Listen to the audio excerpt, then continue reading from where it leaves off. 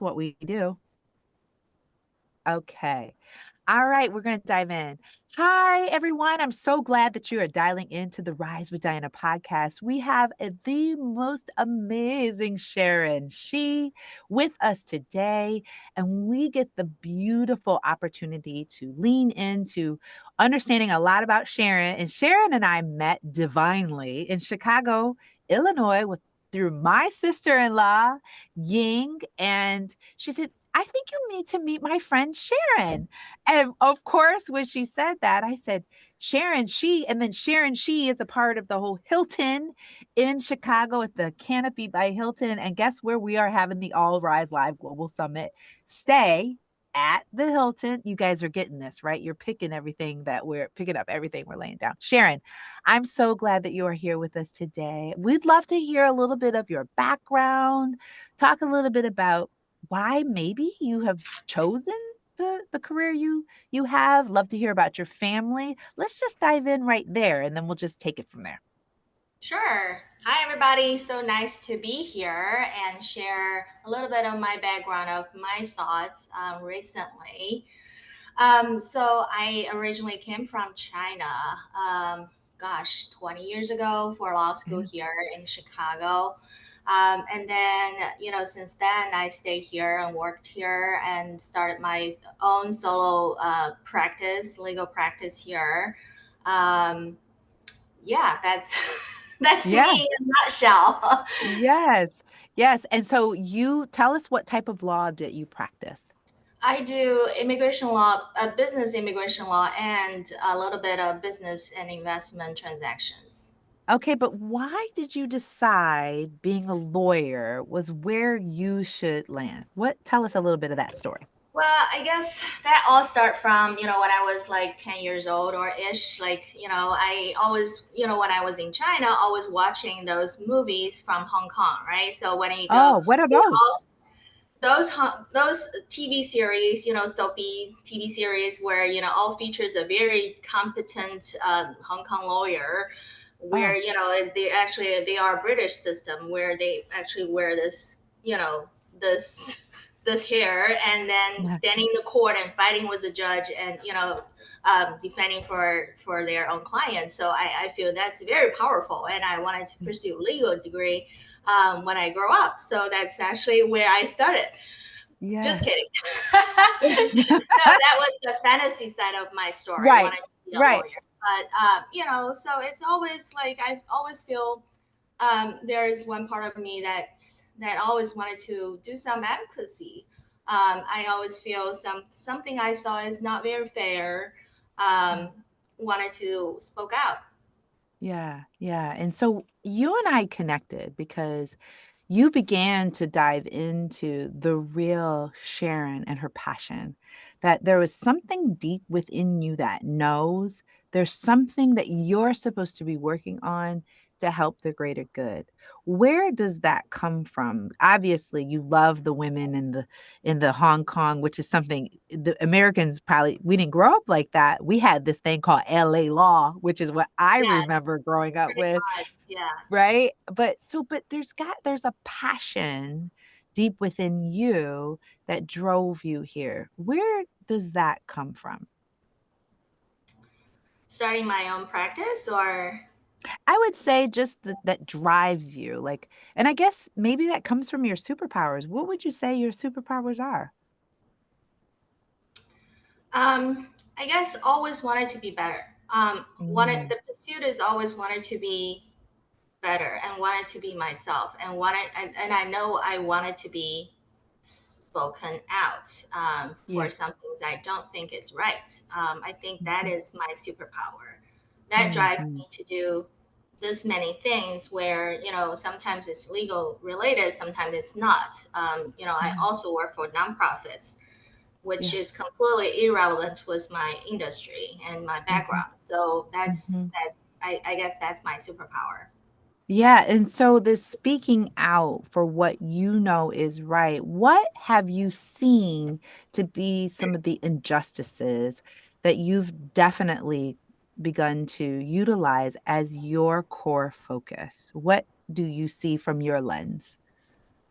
Well, from professional field, I was, being a foreigner here, right? I Yeah. came here, I Mhm. immigrant to the United States. I'm marginalized group, Yeah. um, women of color, right? It's Right. like you are not number one, right? You are not. Mhm. Often I was whacked off, or during a conversation, nobody takes serious, of who you are. Even in law school, it's like the professor always always make joke of my accent at that Mhm. time. Mhm. Sometimes, subtly, right? It's not like Right. they're doing it so obvious. No, they're not. So but everybody has feelings, right? When you Yeah. walk in a coffee shop, the people like all of a sudden stop talking and walk and watch, just look at you. Feels Mhm. like, okay, you're a foreigner here. Mhm. It's Mhm. just a personal feeling that you Mm. feel it's uncomfortable. Yeah. Yeah. And so this is something that I believe a lot of people like myself and so many people in the Rise with Diana community in the podcast land can relate to. And so when you don't, how have you taken all of that? How have you begun to process that in your life? What have you begun to do? It's impossible to process. First Mm. of all, I mean, being 46, I just passed my birthday, so 46 years Happy old, birthday. Yeah. you started to realize yourself and other people's judgment or a Mhm. false perception of yourself by yourself. Mhm.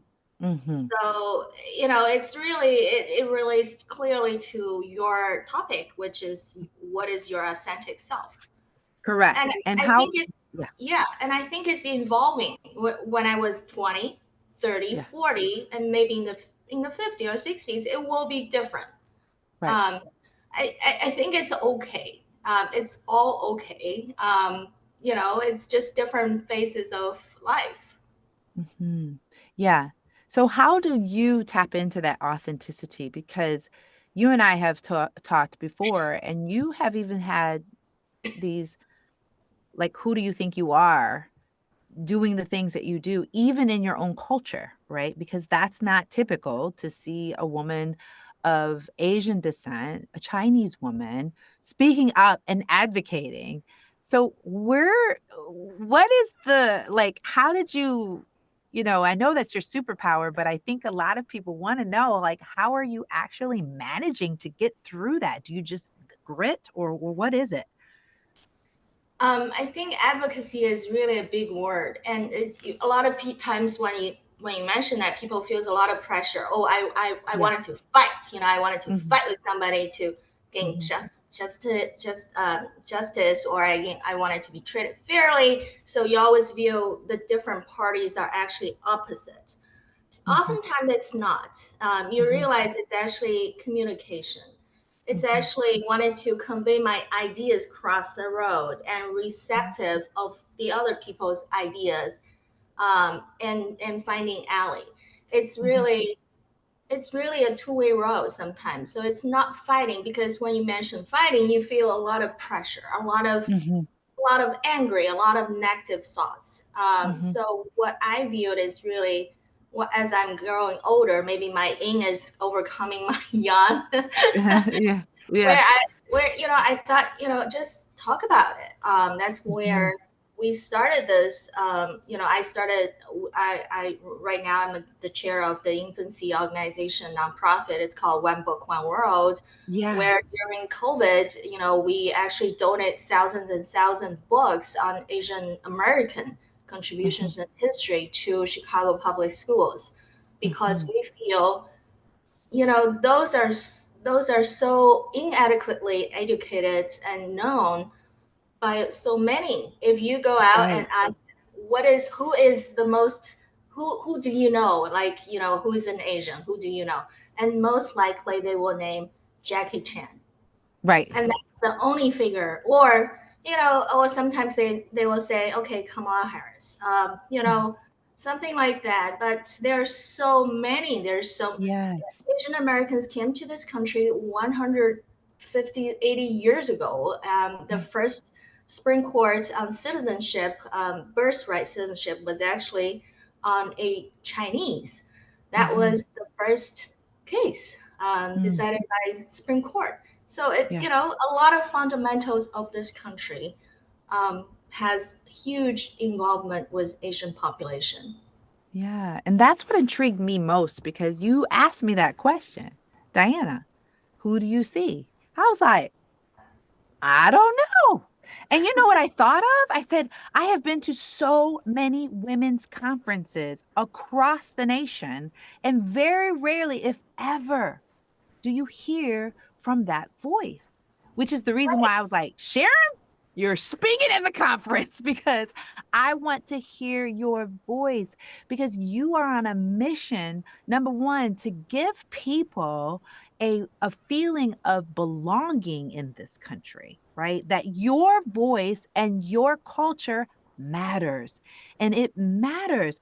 So now with One Book, One World, you've begun to shift the schools. Tell us a little bit about what you did even at your child's school, your beautiful, amazing, gorgeous son in his school. Tell us a little bit about that experience. Well, when the why I I right now I involved heavily in my schools, my son's schools, parent association, obviously. Yes. I actually wanted volunteer to be the chair of first grade for this year, for the Yeah. coming year. It's not because I wanted to be having a relationship with a teacher or something. It's just you really see Asian names in there, Yeah. historically or currently or in the future. You probably like maybe 5%. Um, you see sometimes it's Chinese last name. So I feel like this school has probably 30% of Asian population, but yet Mm, parent involvement was so little by Asian parents. I feel like I should do something, and I yeah. really do care because this is my community as well. And I Yeah. do feel like if you wanted to have a sense of belonging, you have to contribute. You really Yeah. have to show that you belong in order to have a sense of belonging. Because if you Right. just whining about, hey, nobody cares about me and I don't belong here, well, look what you did. Have Right. you ever done anything or talked to anybody that you invited anybody to your family just to, home to maybe share a meal or have a hot pot or whatever. Yeah. So, it's like that. So that's where I started.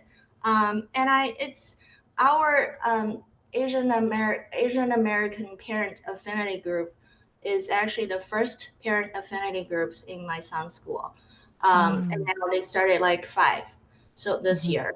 So it's not because we wanted to make voice. It's about we wanted to, first of all, know what's going on in the school, and second of all, have establish a community of channel, like communication mhm, channel with the school, and mhm. obviously show our views sometimes. So I think it's again going back to my previous view. I think it's dialogue, it's communication, it's letting Mhm, people know your thoughts and concerns, mhm, and hear what other people are talking about, and mhm. communicate. It's Yeah. always a two-way road. Yeah. It's a two. So I want to, did y'all hear that in the Rise with Diana podcast land? Because I think a lot of us feel we take it and say, no one cares about me. No one's paying attention to me. But you say, take an active role, participate in this. You have a voice and you have to use it and then interject yourself. A lot of people don't realize that maybe you just need to pick up the chair and go to the table and put it there and have the voice. So, thank you so much for sharing that. And with that, you did something pretty amazing for the first time ever at your son's school. They celebrated what? The Chinese New Year and also AAPI months. I So mean, we had 300 people come in. Most of them wow. are here for food, but hey, who cares? Yes. Yes. Yes. It's celebrating culture and celebrating Yeah. diversity. It's celebrating Asian, Chinese, mostly Chinese American. First of all, we are Yeah. American. um, Hmm. we all share different backgrounds, whether it's your figure or your face color, you're structural or whether you're thin or or big or whatever. It's you. Everybody has different identities. It's Yes. just unfortunately, the skin of the color of your skin is the most, the only one that it cannot be changed. Right. And I feel like, as I've gotten to know you, as I've, leaned into your story a bit, I started to realize that you do such a great job, I believe, of doing great work. Not just great work in your community, but great work on you. Do you feel you're doing your greatest work now? Tell us a little bit more. And then what do you, if not, what do you feel is calling you? You feel like there's something else that you might be tapping into? I think it's the journey is really finding yourself and finding Mhm, your own identity. When I live in China, mhm. obviously it's Yes, different. You never realize that I need to realize who am I, what is my identity. yes, You are easily identified there, because there's only one yeah, ethnicity group and you belong there. right. You don't even ever, notice that. But here, when I, like I said, if I walk in a coffee shop or any conference room, I am typically the only Asian or looking different.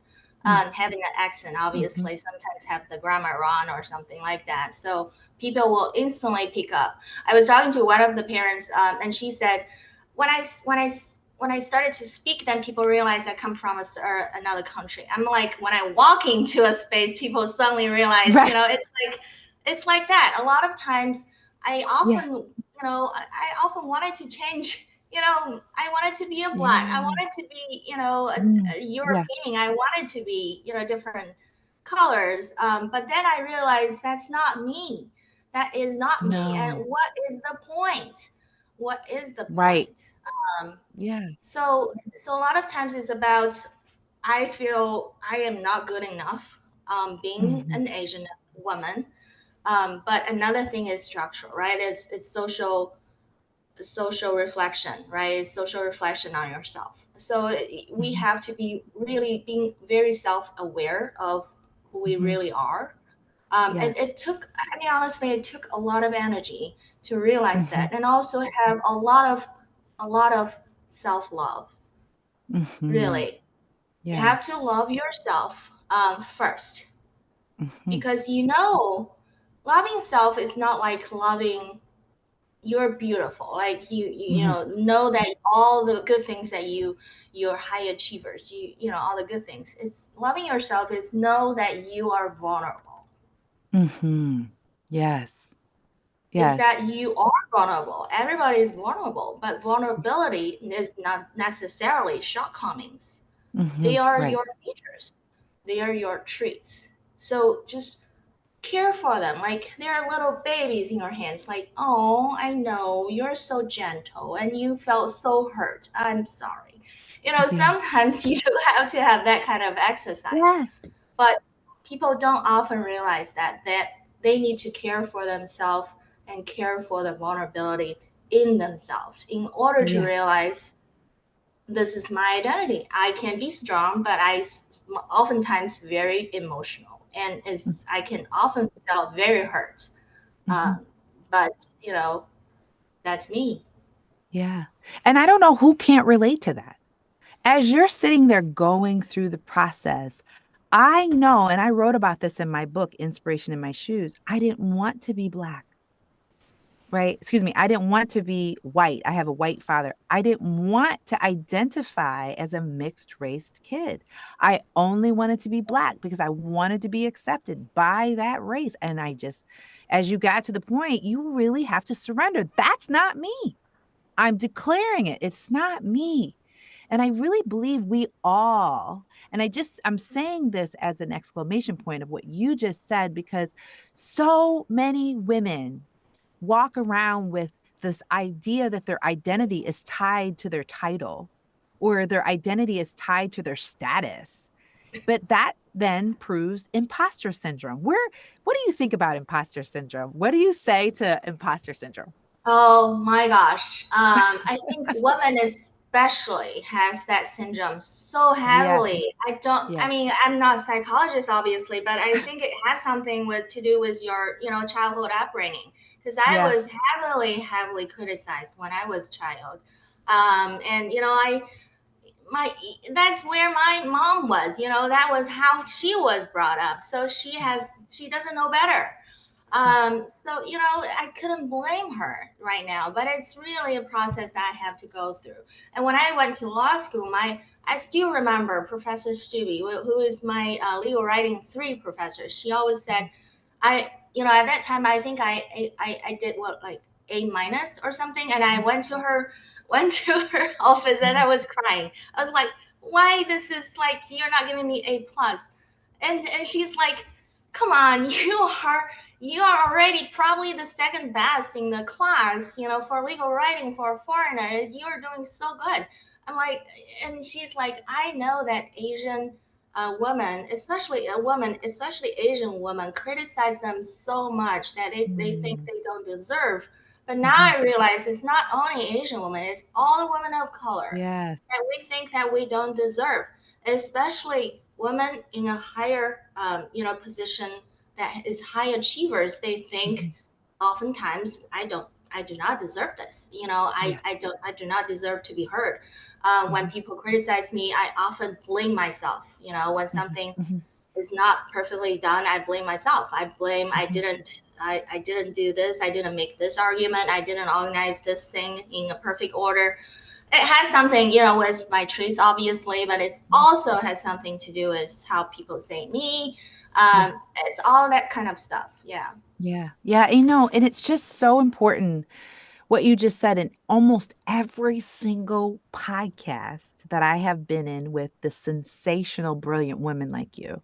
They all say the same thing Hmm. is until you decide to love yourself completely, will you even be able to obliterate this thing called imposter syndrome? Because you are constantly tying yourself to these things that just don't matter. They don't matter. And you have to find your worth, and that only comes from self love. It, this just tells me even more of why you have to be at the All Rise Live Global Summit. And I feel like you've already given so many nuggets of great things to help women. What would you say to that woman who just really just does not trust herself? I mean, she's just nervous all the time. She's feeling scared to really show up. She feels that people, as she walks away, are having conversations about her. She's going to bed on Sunday night and she's really nervous because she doesn't want to go to her job and slightly anxious, That's almost me. clinical. That was me. Okay. That Okay. was So me too. what's your first That was step? What's the first I. step? What's the first step? Well, I think aging. Aging. We can't. You gotta age. Really is. I mean, like, who cares? Who else? Everybody else is, right? Everybody Right. else is afraid of going to the center Yeah, to that's talk true. about things they care. Yeah. But if not me, who? Right? Yes. Like, I have the law Mm, degree, I have the language ability, although not perfect. I still mhm. make mistakes. Yeah. But that, if not me, who? It really Yes. is, you if you leave this, like you said, if you leave this earth, that who is gonna remember you? What is gonna be on Right. your tomb? Right. You have to think about what you want to do, but it all Yeah. ties back to, really, you have to know who you are. It's Yeah. okay if you don't want to do Mhm. anything. It's Mhm. okay to be in the background. It's okay to listen to me and think and be the quiet one. It's Mhm. all Mhm. okay.